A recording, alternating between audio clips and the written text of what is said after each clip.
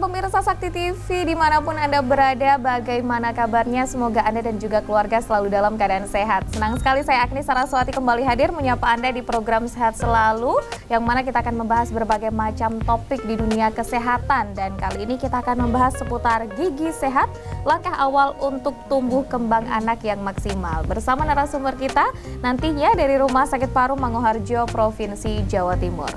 Pemirsa, tubuh kita memiliki sistem stomatognasi atau rangkaian organ-organ yang berfungsi untuk kemampuan bicara, mengunyah, menelan, bernafas, dan lainnya. Sistem ini terdiri dari bibir, gigi, gusi, pipi, lidah, langit-langit mulut, dan lain-lain. Nah, pada anak-anak, sistem stomatognasi ini akan sangat berpengaruh pada tumbuh kembangnya. Salah satu yang berperan penting pada tumbuh kembang anak dari sistem ini adalah gigi. Gigi yang sehat akan membuat tumbuh kembang anak maksimal. Begitu juga sebaliknya jika anak memiliki kondisi gigi yang kurang bagus. Untuk itu hari ini kita akan membahas gigi sehat, langkah awal untuk tumbuh kembang anak yang maksimal bersama narasumber kita Dr. Gigi Zulfa Fitri dari Rumah Sakit Paru Manguharjo, Provinsi Jawa Timur.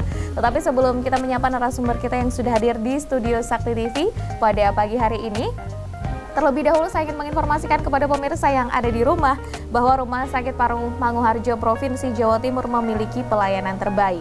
Di antaranya klinik paru, klinik asma atau PPOK, klinik TB, klinik penyakit dalam, dan klinik jantung. Tetapi selain klinik yang berfokus pada kesehatan pernafasan, Rumah Sakit Paru Manguharjo juga memiliki klinik rehabilitasi medik, klinik gigi, klinik psikologi, klinik syaraf, klinik bedah, klinik pernafasan dan tumbuh kembang anak, klinik kandungan, serta klinik jiwa. Pelayanan di Rumah Sakit Paru Manguharjo buka dari hari Senin sampai Sabtu mulai jam 8 pagi. Rumah Sakit Paru Manguharjo juga melayani pasien BPJS dan umum.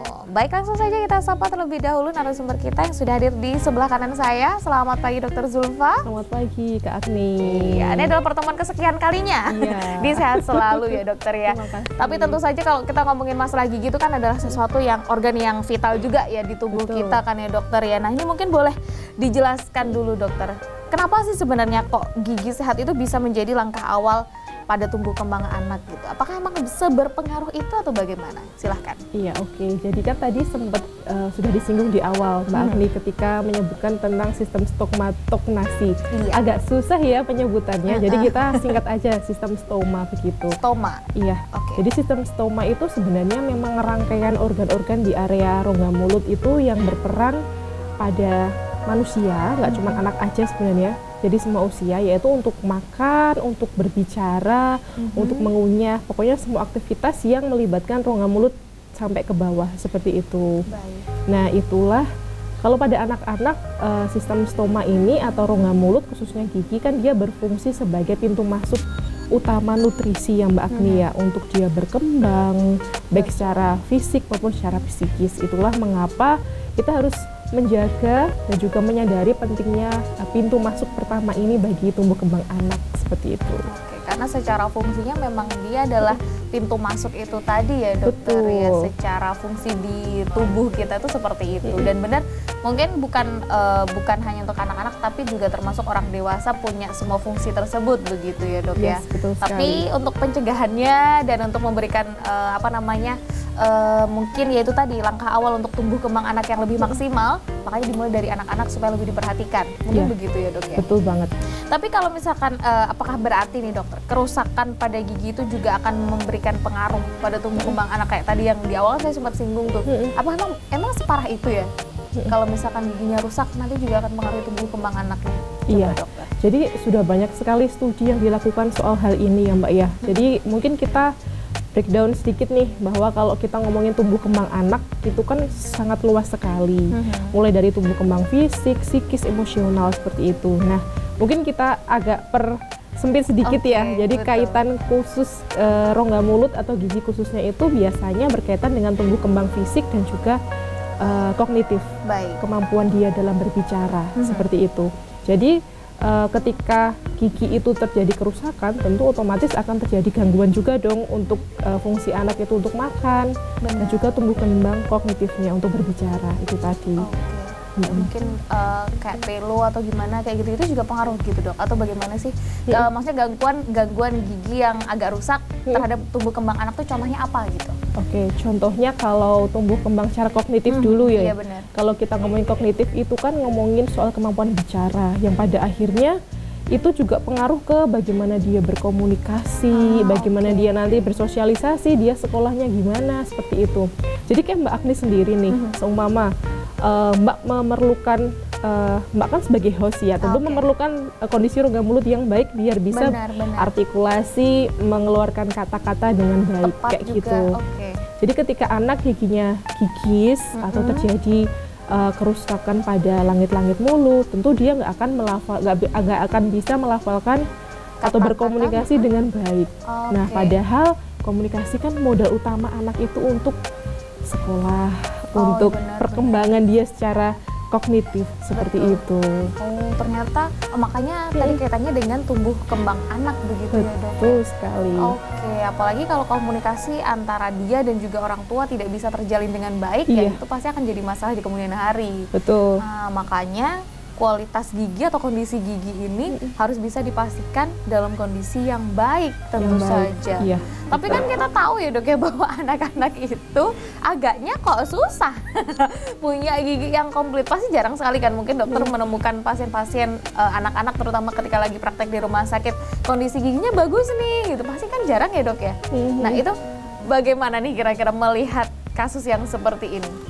Oke, sebenarnya kuncinya anak-anak itu sebenarnya di orang tuanya sih Kak Agni. Iya benar sih. Iya kan, anak-anak kan belum bisa memutuskan dan juga berperilaku sebagaimana yang benar tuh kayak gimana. Tentu itu semuanya sebenarnya kuncinya pada orang tua. Bagaimana orang tua mampu membiasakan dari kecil si anak ini udah diberikan habit yang baik.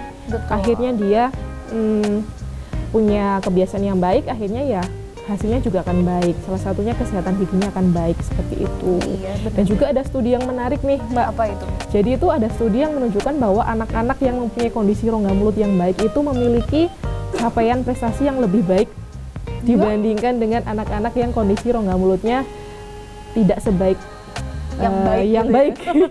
Tidak sebaik yang baik gitu. Oke, ini agak menarik ya karena maksudnya ternyata ada studi yang sampai seperti itu. Berarti kayak membuktikan bahwa memang kondisi gigi yang baik itu akan mempengaruhi tumbuh kembang anak banget berarti. Iya, betul sekali. Jadi kesehatan gigi sebenarnya memerankan peran yang sangat penting, cuman sering dilupakan dan atau mungkin memang belum tahu mungkin ya atau belum terekspos secara maksimal. Akhirnya ya udah dilihat sebelah mata aja.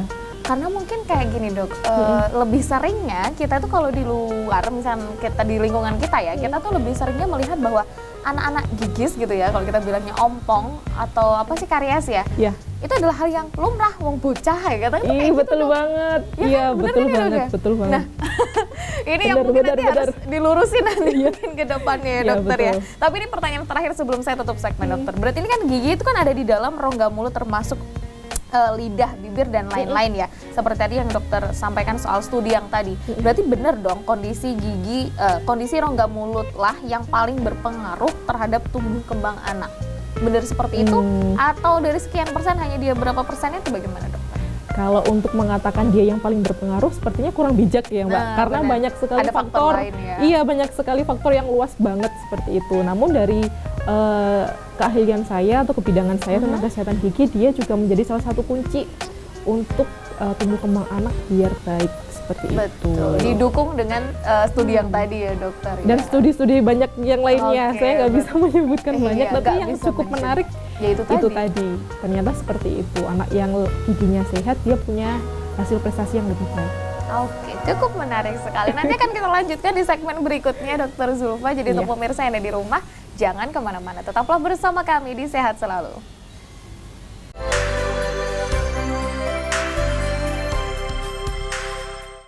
Terima kasih pemirsa, Anda masih bersama kami, masih di Sehat Selalu membahas seputar gigi sehat, langkah awal untuk tumbuh kembang anak yang maksimal. Masih bersama Dr. Gigi Zulfa Fitri dari RSPM Provinsi Jawa Timur. Nah, tadi ada studi yang menarik ya, yang kita singgung di segmen pertama. Kalau belum ditonton, tonton lagi. Baik, dokter. Nah, ini kalau misalkan tadi sempat kita bahas masalah gangguan bicara mungkin begitu ya, Dok ya. Apalagi dengan kondisi rongga mulut yang mungkin kurang baik, kurang sehat. Ini mungkin yang perlu saya singgung juga, dokter. Berarti apakah kondisi rongga mulut anak itu akan memberikan pengaruh yang buruk juga terhadap gangguan berbicaranya? Salah satunya mungkin kayak speech delay, telat berbicara gitu ya. Apakah bisa sampai kayak gitu, dokter, atau bagaimana? Oke, sebelum kita masuk ke speech delay, mungkin kita perlu tahu sedikit deh bagaimana suara atau suara ya benar ya dari rongga mulut itu bisa keluar dari seorang anak. Jadi itu tahapannya sebenarnya ada 3 tahapan, Mbak Agni dan pemirsa semuanya.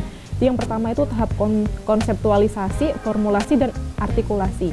Jadi suatu suara atau kata dan yang bermakna itu dikeluarkan ketika anak itu mendapatkan rangsang dulu, baik stimulus dari indranya, baik indera perasa, peraba, ataupun penciuman atau pendengaran seperti itu. Di situ stimulus itu akan dibawa ke otak, kemudian dikonsepkan, diformulasikan bahwa seumpama nih aku pegang, oh ini namanya gelas, rasanya kayak gini. Nah di otak itu kan disimpan tuh, ini namanya gelas. Kemudian dari otak itu ngirim sinyal ke rongga mulut bilang gelas kayak gitu. Nah sebenarnya fungsi rongga mulut di situ tadi di stage yang ketiga tentang mekanisnya, artikulasinya. Jadi kalau speech delay itu sepertinya lebih ke ranah kognitifnya, kayak gitu. Jadi contoh-contoh gangguan mekanis itu mungkin Mbak pernah tahu anak yang bilang S-nya tuh nggak S tapi F gitu. Nah itu sebenarnya salah satu contoh gangguan mekanis. Itu biasanya disebabkan ketika anak-anak itu gigis.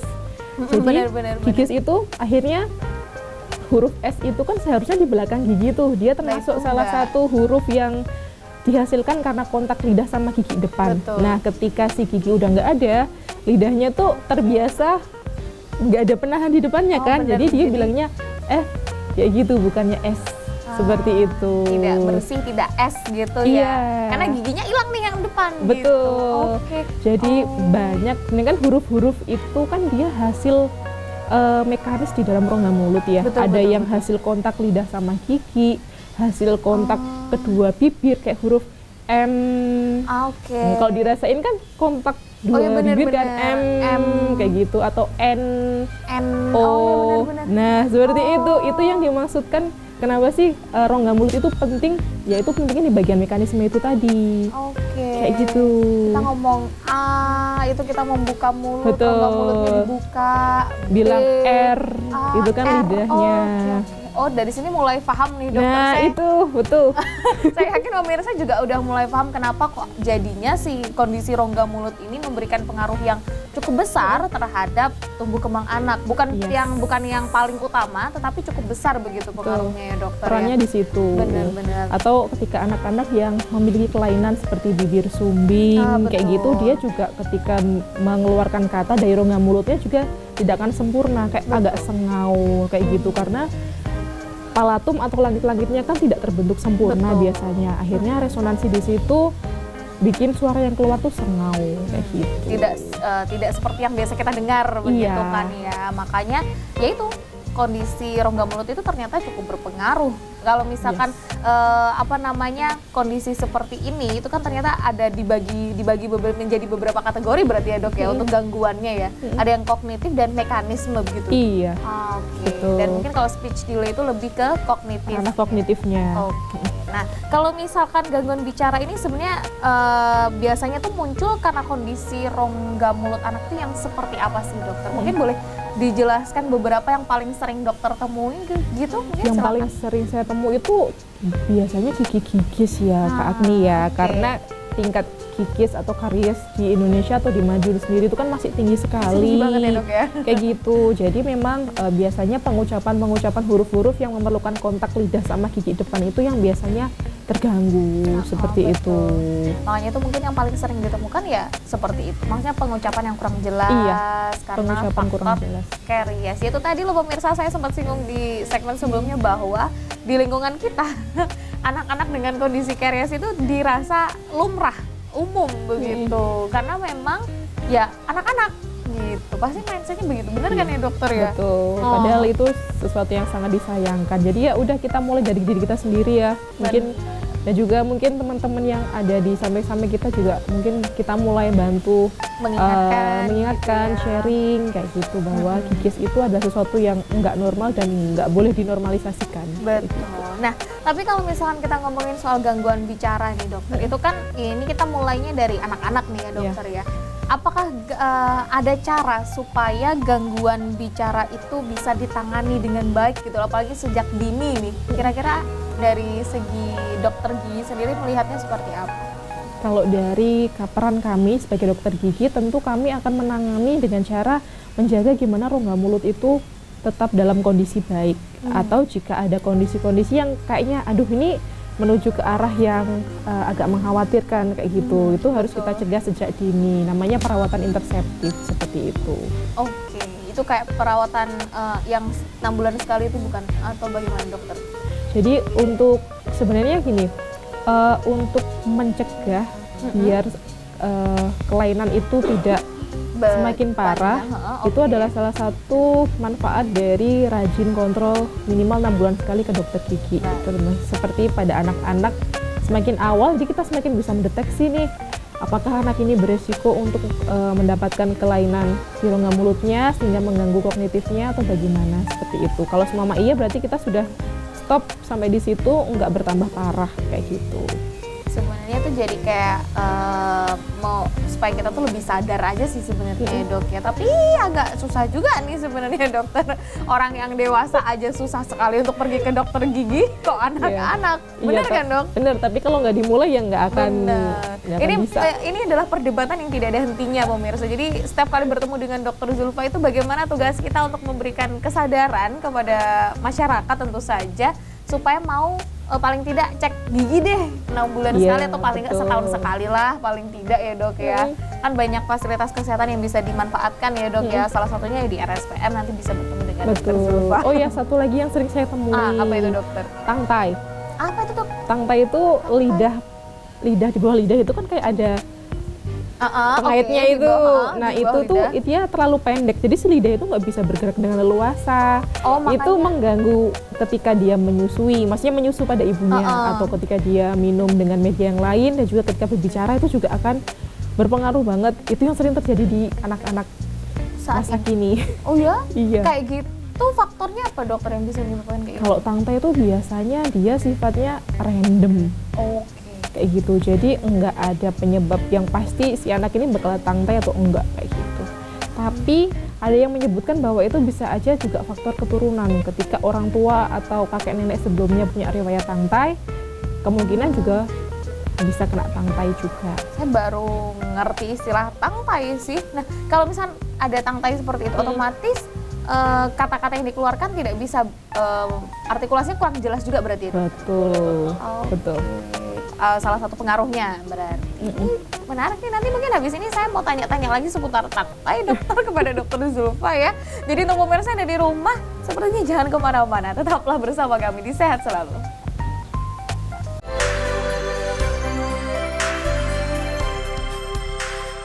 Terima kasih pemirsa, Anda masih bersama kami, masih di Sehat Selalu, membahas seputar gigi sehat, langkah awal untuk tumbuh kembang anak yang maksimal. Bersama Dokter Gigi Zulfa Fitri, selaku dokter gigi dari Rumah Sakit Paru Manguharjo, Provinsi Jawa Timur.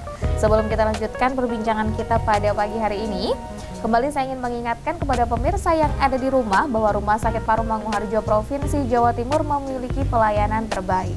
Di antaranya klinik paru, klinik asma atau PPOK, klinik TB, klinik penyakit dalam, dan klinik jantung. Tetapi selain klinik yang berfokus pada kesehatan pernafasan tersebut, Rumah Sakit Paru Manguharjo juga memiliki klinik rehabilitasi medik, klinik gigi, klinik psikologi, klinik syaraf, klinik bedah, klinik pernafasan dan tumbuh kembang anak, klinik kandungan, serta klinik jiwa. Pelayanan di Rumah Sakit Paru Manguharjo buka dari hari Senin sampai Sabtu mulai jam 8 pagi. Rumah Sakit Paru Manguharjo juga melayani pasien BPJS dan umum. Baiklah, langsung saja kita kembali bersama Dokter Zulfa di sini. Yang pertanyaan saya yang kali ini cukup menarik nih dokter, karena kaitannya rongga mulut anak dan juga kebiasaan makan anak gitu ya. Ini apakah kondisi rongga mulut ini juga akan memberikan pengaruh kepada kebiasaan makan anak? Coba dokter silakan. Jadi hubungan antara rongga mulut sama kebiasaan makannya sebenarnya dia saling mempengaruhi, kayak gitu. Jadi pengaruh yang pertama nih, makanan-makanan atau kebiasaan makanan yang mempengaruhi kondisi kesehatan mulut itu tentu makan makanan yang mungkin Mbak Agni udah tahu ya. Yang apa Mbak? Yang manis. Yang manis tentu saja gitu ya. Seperti itu akan berpengaruh ke kesehatan rongga mulut, apalagi kalau pembersihannya nggak maksimal. Tentu kan ada karies, ada infeksi semuanya itu. Nah, sebaliknya juga ketika kondisi gigi itu nggak optimal, dia juga akan membuat atau mengganggu kebiasaan makan si anak. Biasanya sih yang paling sering terjadi itu adalah GTM.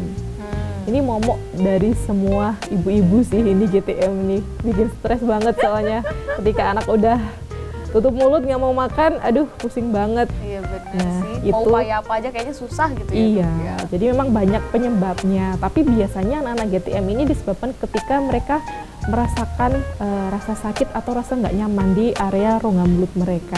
Oh, kayak gitu. Kebanyakan seperti itu malahan. Kebanyakan seperti itu. Tapi orang tua mungkin tidak sadar. Iya, kebanyakan seperti itu. Karena beberapa pasien yang datang itu orang tuanya cerita anak ini nggak mau makan, tapi saya juga nggak tahu kenapa. Ketika dilihat giginya ternyata giginya banyak yang lubang. Saya nggak pernah tahu dok kalau gigi anak saya lubang. Dia bilang begitu, sedih banget nggak sih dengernya? Seperti itu yang bisa. Padahal ibarat kata mungkin ibunya gitu ya. Iya, jadi kan padahal proses gigi lubang itu kan hitungannya nggak cuma sehari 2 hari, tapi bisa aja berbulan-bulan, bertahun-tahun kayak gitu kan. Iya benar-benar. Seperti itu. Jadi biasanya penyebab anak GTM kalau di dalam rongga mulut itu yang pertama dia ada karies. Terutama karies atau gigi lubangnya udah dalam, itu biasanya kan timbul linu. Betul. Atau ngilu, atau ketika udah terlalu dalam bisa bengkak, sakit, gusinya bengkak kayak gitu. Itu otomatis anak-anak mesti nggak mau makan. Kemudian ada infeksi. Infeksi ini selain infeksi di gigi, ada juga infeksi di lidahnya. Sariawan. Ya, panas atau dalam begitu. Iya, atau infeksi jamur seperti itu, atau yang di sudut-sudut mulut, Mbak mungkin kayak ada bintik-bintik gitu. Tahu berengan nggak istilah orang Jawa? Apa sih? Yang di sudut mulutnya dia tuh terluka gitu. Oh iya, tapi nggak ngerti namanya kalau berengan. Kalau nama kerennya sih angular cheilitis. Cuman kalau nama Jawanya tuh berengan kan orang-orang biasanya bilang. Di pinggir mulut sini ya? Iya. Itu kayak luka begitu. Betul, itu kan juga menyebabkan anak-anak enggan untuk makan. Karena sakit, Karena sakit. Benar, mungkin faktor GTM itu kebanyakan bisa jadi seperti itu karena ya mau nggak mau kan urusannya makan makanan nih ya, dan itu masuknya ke mulut, bisa jadi entah lidahnya lagi nggak nyaman, giginya lagi sakit atau apa. Nah itu mungkin yang harus lebih dihati-hati lagi berarti untuk orang tua yang ada di rumah kan. Nah tapi kan kalau misalnya kebiasaan anak yang kayak GTM kayak gitu dokter, artinya kan itu apakah juga bisa menjadi salah satu pengaruh di kondisi rongga mulutnya juga kayak gitu. Misalkan maksudnya gini, kebiasaan makan anak itu yang lama-lama justru akan mempengaruhi kondisi rongga mulutnya. Apakah bisa seperti itu juga? Bisa ya? Bisa. Yang tadi kita sempat singgung di awal, ketika si anak itu cenderung memilih atau dari orang tua juga tidak memberikan stimulus yang cukup. Benar. Akhirnya dia milih makanan-makanan yang konsistensinya lunak. Nah itu juga bisa berpengaruh ke pertumbuhan gigi sama rahang. Oh ya? Iya, jadi anak-anak yang makanannya lebih padat berserat gitu, mesti struktur tulang rahangnya itu lebih bagus gitu, lebih tirus, lebih tegas kayak gitu dibandingkan anak-anak yang memilih makan makanan yang terlalu lunak. Jadi pertumbuhan gigi dan juga rahangnya nggak akan sebagus yang tadi. Makan padat dan agak sedikit berserat itu tadi. Ya dok ya. Oh ya, karena kan memang anak-anak itu kan ada fasenya untuk makan ya dok ya. Saat MPASI seperti itu. Jadi tuh sering saya dapat pertanyaan, anak usia 6 bulan, 8 bulan kayak gitu, tapi kok belum ada giginya. Akhirnya sama mamanya tuh dikasih yang halus terus kayak gitu. Padahal kan setiap usia itu kan ada jenjang kenaikan tekstur. Benar-benar. Itu nggak masalah sebenarnya kalau giginya itu belum tumbuh, jadi tetap diikutin aja pertumbuhan teksturnya itu. Oh, seperti gitu. itu. Jadi nggak usah takut. Biasanya orang-orang pada takut buat naik tekstur Ya, gara-gara karena ini giginya mungkin. itu tadi. Ya maksudnya berseratnya juga kira-kira sih Iya, ya, nggak harus kira-kira daging juga. sapi juga Betul. dikasihkan gitu, enggak Pokoknya ya. sesuai dengan ilmu yang diberikan oleh dokter gigi, dokter anak atau oleh benar-benar. bidan masing-masing seperti itu. Iya, maksudnya tetap dikira-kira, nggak yang harus langsung berserat daging sapi gitu, enggak Iya. pemirsa. Ini tetap dikira-kira sesuai dengan usianya dan juga fase tekstur yang sedang dilewati itu tadi. Iya. Ternyata justru kalau kita melewatkan fase itu, justru akan berdampak cukup tidak baik kepada rongga mulut anak berarti ya dok Iya, ya? betul. Wah, berarti nggak cuma soal gigi sehat aja yang perlu diedukasi nih ke anak-anak ataupun orang tua ya kan ya. Oke, ini cukup menarik pemirsa. Menarik atau ternyata. bikin pusing ya? Karena memang Iya. namanya urusan anak kan kita kalau bisa mencegah kan lebih baik mencegah kan dok ya. Betul. Apalagi kalau urusannya gigi, kita aja orang dewasa kalau sakit gigi nangisnya bukan main. Betul apalagi sekali. anak-anak gitu. Nah, tapi kalau misalkan kondisi anak yang kayak tadi dokter, udah mulai GTM dan juga mungkin dirasa ada gangguan berbicara dan lain sebagainya begitu ya. Kira-kira mesti kapan nih dibawa ke dokter? Apakah GTM hari pertama harus langsung dibawa ke dokter atau bisa diselidiki dulu di dalamnya seperti apa dan bagaimana kira-kira? Coba silahkan. Oke, jadi kalau saya kan menjawabnya tetap dibawa. Yang pertama tentu harus dibawa rutin yang 6 bulan sekali itu Minimal tadi. ya, paling Minimal tidak. 6 bulan sekali itu untuk kita tahu tanda-tanda awal nih anak akan mengalami gangguan mungkin di masa depannya. Kemudian jika seumpama anak itu GTM, apabila GTM-nya udah terlalu lama dan sudah melakukan berbagai banyak cara kok si anak ini tetap nggak mau makan, coba deh mulai curigai bagaimana kondisi rongga mulut si anak itu tadi, seperti itu. Nah, jika ternyata sudah dibawa ke dokter gigi tapi kondisi rongga mulutnya baik-baik aja nih, ya berarti itu mungkin perlu pendekatan dari bidang yang lain, seperti Betul. itu. Ada banyak solusi sih pasti ya Iya. dokter ya. Biar enggak pusing sendiri di rumah mikirin, ayo dibawa ke dokter atau ke dokter gigi biar kita cari tahu penyebab dan jalan keluarnya bersama-sama kayak gitu. Benar. Cuman itu tadi kayak akhirnya make sense sih ketika anak GTM itu pasti kendala utamanya bisa jadi dari rongga mulutnya dulu nih yang mesti dicek gitu, bukan dari yang lain-lain, bukan karena menunya dia nggak suka atau apa. Biasanya suka nih kok tiba-tiba nggak suka. Nah, bisa jadi kan ya itu tadi yang harus dicek pertama kali adalah rongga mulutnya. Iya. Nah, mungkin kalau sudah ada tanda-tanda GTM yang tidak menyenangkan sampai bikin emosi ya, itu mungkin bisa langsung dibawa ke dokter ya dok ya. Betul. Oh di puskesmas juga masih bisa diperiksa, Bisa nggak harus ke banget. rumah sakit. Nggak harus ke rumah sakit. Tapi kalau rumahnya dekat RSPM ya di RSPM aja. Ketemu sama dokter Zulfa Ketemu sama saya. nanti, betul. Nah, kalau untuk kondisi anak yang gangguan berbicara tadi dokter, itu kira-kira mesti dibawa ya rutin tadi juga tetap ya paling enggak ya. Tapi masalahnya gini dokter, di lingkungan kita kembali lagi ya. Lagi-lagi ya. Betul. Di lingkungan kita untuk kembali 6 bulan sekali itu kayaknya halah gua yaman nyapa neng dokter gigi 6 bulan sekali. Masih ada yang bilang kayak gitu dokter. Entah tetangga, entah ibunya, entah neneknya, entah apanya. Nah, bagaimana saran dokter untuk mengedukasi masyarakat? Aduh, Coba. lebih susah nih kalau udah kayak gini nih. Iya, padahal sebenarnya dimaksud ke dokter gigi nggak harus yang dibilang Mbak Agni tadi sih, nggak Betul. harus ke rumah sakit atau ke praktekan, enggak, bisa ke puskesmas atau bisa ketika posyandu tuh biasanya kan kadang dokter gigi juga ikut kan. Oh iya. Kayak gitu, jadi bisa dilakukan pemeriksaan minimal di situ kayak gitu. Paling tidak. Paling tidak, soalnya nanti kalau kita enggak memeriksakan gigi anak secara awal, kayak gitu takutnya nanti di kemudian hari ternyata ditemukan banyak sekali gigi yang rusak, itu akan lebih bikin pusing karena perawatannya mesti akan kompleks banget kayak gitu. Oke, terutama nih anak-anaknya yang punya cita-cita pengen jadi abdi negara gitu ya, kayak tentara Iya. atau polisi yang giginya mesti harus paling tidak rapi ya dok ya. Iya. Itu kan berarti kan harus dijaga dari kecil. Ya, Betul begitu dokter? betul. Kapan-kapan kita bisa ngobrol soal ini sih. Oh, menarik ya, dokter. Menarik nih. Oke, nanti akan kita lanjutkan lagi perbincangan seputar gigi sehat ini seperti apa. Jadi untuk pemirsa yang ada di rumah jangan kemana-mana, tetaplah bersama kami di Sehat Selalu.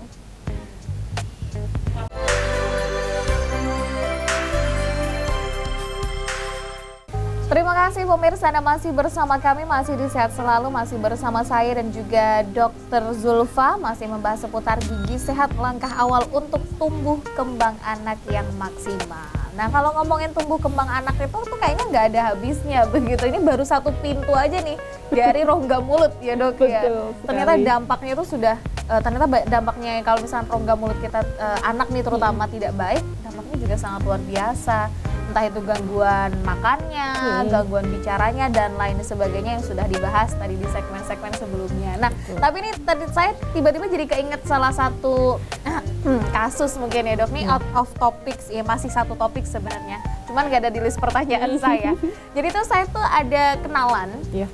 Tangga lah gitu ya, dia tuh punya anak mungkin usianya sekitar 2 tahunan cewek, badan dia tuh kecil sekali gitu kan, sampai aku tuh tanya apa maksudnya sehari-hari makan apa sih gitu kan. Kalau usia 2 tahun itu kan fasenya sudah bisa makan nasi kan ya dok, Makan ya. menu keluarga. Makan menu keluarga ya, mungkin 1,5 tahun 2 tahunan lah, itu kan sudah bisa dikenalkan dengan nasi kan ya. Tapi ternyata si anak ini tuh sering banget makan bakso. Bakso yang beli gitu ya, bukan bilang bakso ini ada macam-macamnya dan lain sebagainya ya pemirsa ya, tapi kan itu kan artinya kita melewatkan fase tekstur itu tadi kan ya dok ya. Apakah itu akhirnya berpengaruh kepada tumbuh kembang si anak ini? Karena itu dari rongga mulutnya dia nggak kenal nih teksturnya nasi, dia jadi nggak mau makan nasi, jadi nggak mau makan nasi sama sekali dokter. Betul. Kayak jarang banget gitu. Itu gimana dok? Iya betul, jadi kayak yang Mbak bilang itu tadi, jadi memang pengenalan tekstur itu wajib banget, walaupun di awal-awal mungkin anak akan melepeh atau menolak Bener. semua tekstur yang diberikan oleh orang tua, tapi memang itu harus dilewati seperti itu. Dan tekstur yang naik, semakin naik itu tadi juga berpengaruh ke tumbuh kembang rongga mulut dan juga ke kesensitivitasan rongga mulut. Betul, jadi itu kadang sensoriknya gitu sensoriknya, ya, iya betul. Jadi kadang itu ada anak-anak kok ngunyahnya pakai yang sisi kanan terus, yang kiri nggak pernah. Jadi mungkin dia memang secara sensoris dia itu lebih di otaknya dia tuh lebih sering dia ngunyah di sisi itu, di sisi kanan, sisi satunya nggak pernah dipakai. Pun juga mungkin seperti yang terjadi pada kasus yang ditanyakan oleh Kak Agni itu tadi. Jadi si anak mungkin nggak dikenalkan dengan tekstur nasi itu tadi, jadi dianya nggak mau kayak atau gitu. tekstur makanan lainnya. Atau makanan lainnya seperti itu. Padahal sayang banget ya dok ya, maksudnya usia anak segitu, usia golden age ya kan. Iya. Terus kemudian hanya dikenalkan makanan-makanan yang seharusnya dia belum kenal nih seharusnya gitu kan.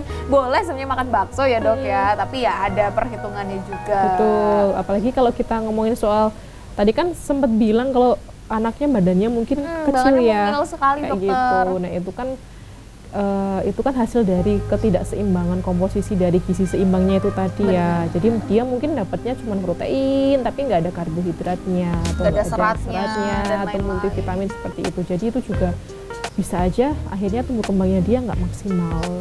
Kayak gitu. Ini kalau misalkan ngomongin makanan emang cocoknya sama ahli gizi sih sebenarnya. Iya, habis ini nanti ngundang ahli gizi sih kayaknya. Benar. Tapi yang tetap berpengaruh adalah bagaimana si rongga mulut ini dia punya sensor terhadap makanan-makanan itu tadi. Kalau nggak dikenalkan, ya gimana dia mau kan begitu. Nah, dokter mungkin boleh nggak sih dijelasin sedikit tentang fase-fase tadi, fase-fase tekstur tadi dokter. Usia berapa, teksturnya apa, itu mungkin boleh di-recall sedikit kepada pemirsa. Meskipun dia udah ada di buku pink atau apa, mungkin nah, coba deh sebagai pengingat aja dokter, silakan. Iya, jadi kalau anak itu mulai MPASI sekitar usia 6 bulan ya. 6 bulan itu mungkin dari fase yang sangat halus dulu, yang halus dan juga disaring. Kemudian 8 bulan dia mungkin tanpa harus disaring. Kemudian usia 12 bulan itu juga sudah mulai lebih kasar lagi dan juga sudah mulai dikenalkan dengan menu keluarga seperti itu. Dan kalau lebih lengkapnya memang betul kata Mbak Agni, harus buka buku pink itu lebih komplit, lebih detail. Cuman saran saya adalah tolong jangan di skip fase-fase itu. Walaupun seberapa menolaknya si anak, tapi kita harus tetap memberikan anak sesuai dengan fase pertumbuhannya dia itu tadi.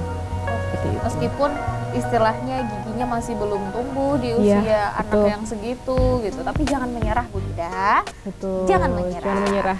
Bisa konsultasi sama dokter yang ada di sekitar panjenengan semuanya seperti itu. Nah, tapi mungkin kayak gini dokter, ini kembali ke topiknya si orang tua begitu ya.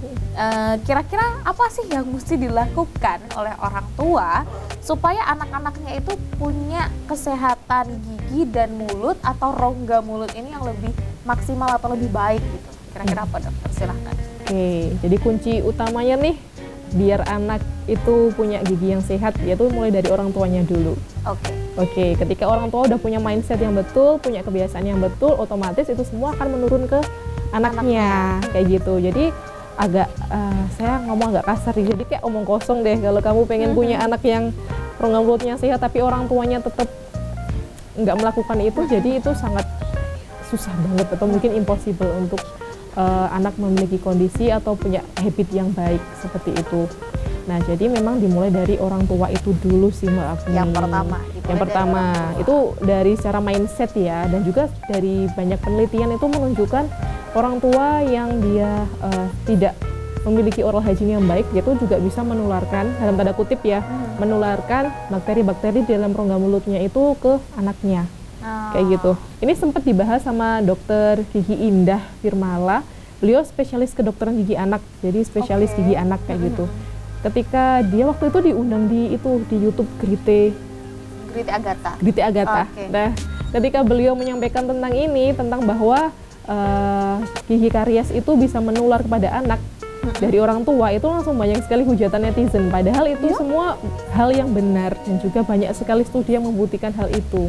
Makanya kenapa sih kita nggak boleh niup-niup makanan anak kalau mau dulang, kalau kita mau menyuapi gitu kan kita nggak boleh niup kan. Secara sunnah juga nggak baik, tapi itu secara medis juga nggak baik. Bisa aja sih kuman-kuman itu bisa berpindah lewat tiupan itu. Dan juga kita nggak boleh gantian sikat gigi, jadi satu orang harus satu sikat gigi kayak gitu. Itulah salah satu hal yang perlu diwaspadai oleh orang tua kayak gitu. Jadi sebenarnya kan kita dulu waktu kecil kan suka dikunyahin dulu baru gitu kan. Itu sebenarnya jangan dilakukan, karena itu berpotensi buat menularkan atau memindahkan bakteri yang ada di rongga mulut orang tua itu ke anaknya kayak gitu. Tapi nanti pasti akan ada yang bilang bahwa tapi dulu digituin juga sehat-sehat aja dok. Nah ini mungkin di garis bawahi dulu ya pemirsa, kondisi kesehatan kita di zaman dahulu dan juga sekarang itu berbeda. Karena kenapa bakteri dan kuman itu kan terus berkembang ya dok. Betul. Ya. Bisa jadi di zaman dulu bakterinya belum ada nih, belum berkembang biak. Sekarang udah ada. Jadi dengan tiupan aja bisa jadi sudah menularkan berbagai macam penyakit. Itu yang harusnya diwaspadain. Kan gitu kan harusnya dokter mindsetnya kan ya. Iya. Nah, tapi emang agak susah. Nah, makanya dengan menonton obrolan kita hari ini semoga tercerahkan. Oke. Ya, itu tadi berarti kembali lagi ke pertanyaan saya tadi. Yang pertama adalah dimulai dari orang tua ya, dokter ya. Paling tidak orang tua memberikan contoh berarti. Itu dengan apa aja nih, dokter? Dengan apa aja kira-kira orang tua bisa memberikan contoh kepada anak di luar dari mindset ya? Apa aja kira-kira? Oke, kalau untuk menjaga kesehatan rongga mulut itu tadi. Oke, jadi peran orang tua ya berarti ya. Peran orang tua selain mulai dari mindset itu tadi. Jadi kita bisa mengajak anak-anak itu untuk menyikat gigi bersama. Itu bisa disesuaikan dengan perkembangan si anaknya. Kalau anak-anak yang masih kecil yang belum bisa diajak komunikasi dua arah, tentu kan kita harus menyikat gigi tanpa ada komunikasi kan maksudnya seperti itu. Jadi mungkin agak paksaan seperti itu. Tapi ketika anak udah mulai bisa diajak komunikasi dua arah, anak usia setahun, 2 tahun seperti anak saya 2,5 tahun itu dia suka banget kalau diajak berburu monster. Jadi saya mengumpamakan kuman di dalam rongga mulut itu sebagai monster. Jadi kita harus berkreasi berarti. Iya, jadi kayak Cocomelon seperti itu atau kayak Baby Bus seperti itu. Jadi kayak wah, adik ayo kita berburu monster seperti itu. Wow, ada monster hijau. Dia sambil ketawa-ketawa sambil buka mulut kayak gitu. Itu mungkin bisa dijadikan referensi juga nggak apa-apa. Atau bisa pakai media-media lain. Jadi kayak buku atau boneka-boneka atau mainan-mainan kayak gitu. Itu insya Allah juga bisa membantu untuk mengajak anak gosok gigi dengan suasana atau situasi yang menyenangkan untuk kayak gitu untuk dia. Mungkin untuk orang tua opo sih dok, tapi untuk anak-anak kan ini adalah fase yang penting ya dokter ya. Dan itu yang harus lebih diperhatikan. Paling tidak sikat gigi dulu aja deh kalau gitu. Paling tidak sikat gigi bersama. Itu susah loh, sikat gigi di rumah setiap hari. Paling tidak.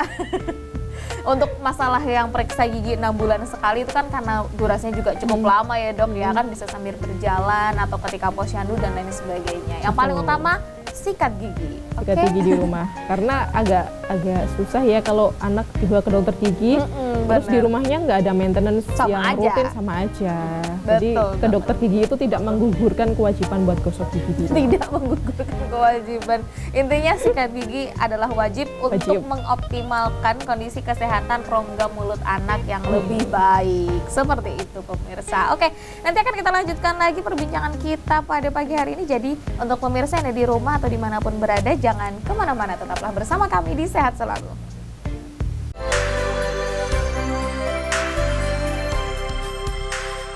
Terima kasih pemirsa Anda masih bersama kami, masih di Sehat Selalu, masih bersama Dr. Zulfa Fitri membahas seputar gigi sehat, langkah awal untuk tumbuh kembang anak yang maksimal bersama Rumah Sakit Paru Mangunharjo Provinsi Jawa Timur. Dan sekali lagi saya ingin menginformasikan kepada pemirsa yang ada di rumah bahwa Rumah Sakit Paru Mangunharjo Provinsi Jawa Timur memiliki pelayanan terbaik, di antaranya klinik paru, klinik asma atau PPOK, klinik TB, klinik penyakit dalam, dan klinik jantung.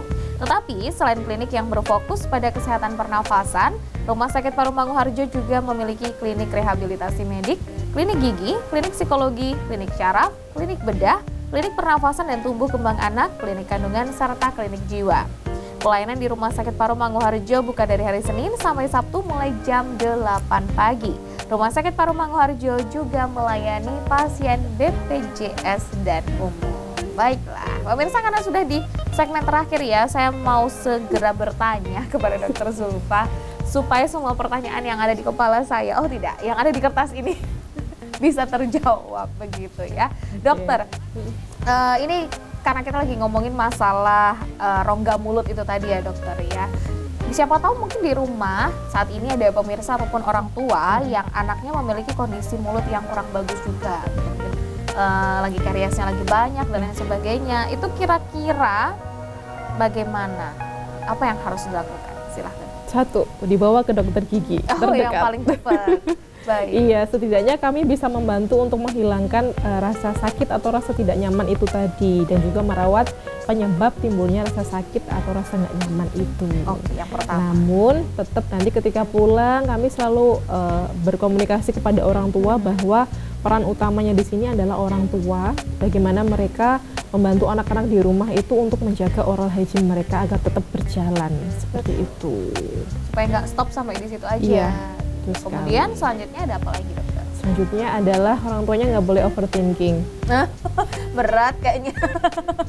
Jadi memang orang tua harus ya tahu sih pasti kepikiran anak itu pasti berat banget ya. Benar. Tapi kita tetap harus mengedepankan bagaimana agar kita tetap bisa berpikir dengan baik dan dengan lurus, dan dibawa ke dokter gigi itu tadi. Itu aja sih sepertinya, supaya dapat solusi maksudnya. Supaya dapat solusi, dari ya. situ baru nanti kami tahu bisa membuat treatment plan seperti apa anak ini harus ditangani gitu. Kayak gitu. Apalagi mungkin orang tua yang khawatir tumbuh kembang anak yang kayak speech delay tadi, dan juga ada yang mungkin kok anakku susah ngomong S ya, aku ngomong S biasa-biasa aja gitu kan. Mungkin ada faktor genetik yang menjadi pemicu atau bagaimana, kita nggak tahu. Nah, alangkah lebih baiknya jika yang paling terlihat permasalahannya mungkin ada di rongga mulut, ya udah datang ke dokter gigi dulu deh paling tidak. Nanti mungkin dari dokter gigi setelah melakukan konsultasi dan lain sebagainya bisa diarahkan ke dokter yang lain jika memang bukan basicnya, bukan permasalahannya di giginya. Betul gitu. sekali.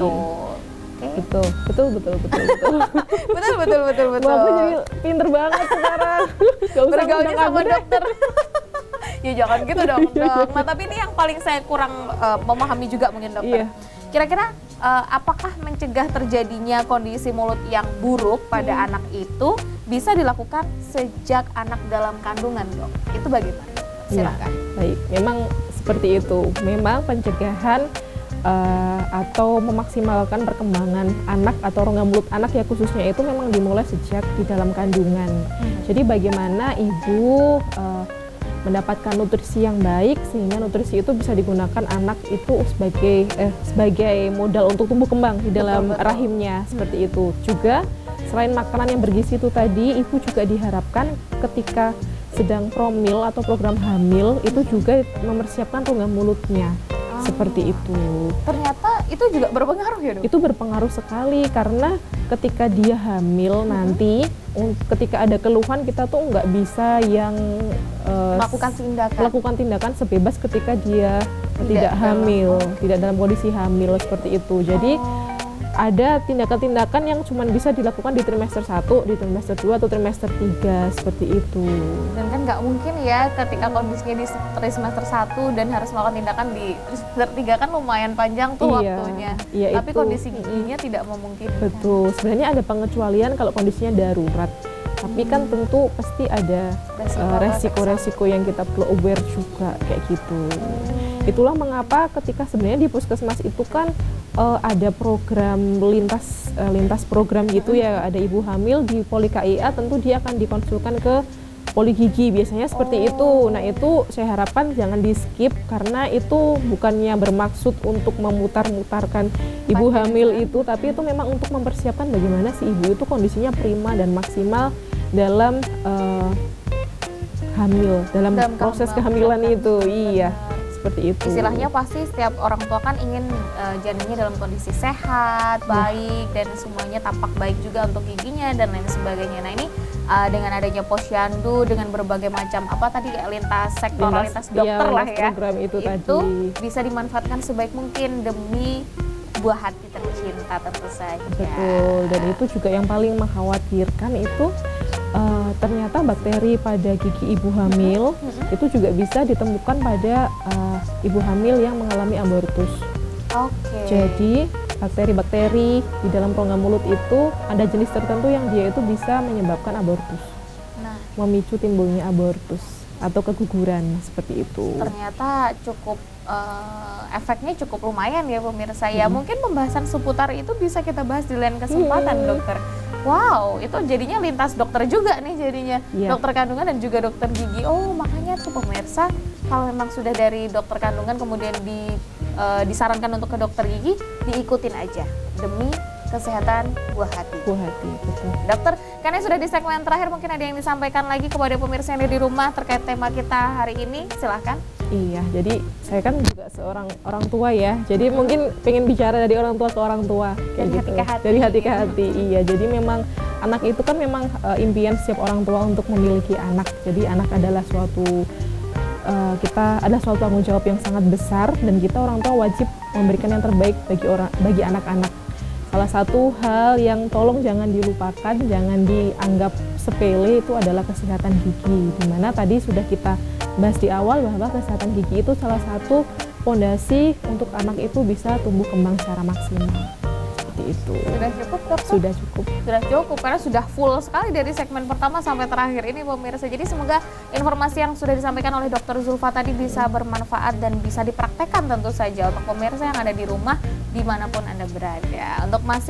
Untuk orang tua yang mungkin anaknya ada gangguan kondisi gigi dan mulut atau rongga mulutnya, bisa langsung datang ke dokter untuk bisa berkonsultasi agar bisa segera ditangani. Karena kita nggak pengen dong anak kita kenapa-kenapa ya dok. Betul banget. Oke, baiklah, terima kasih sekali lagi untuk Dr. Zulfa. Titip salam untuk teman-teman yang ada di RSPM. Selamat bertugas kalau terima kasih Kak Agni.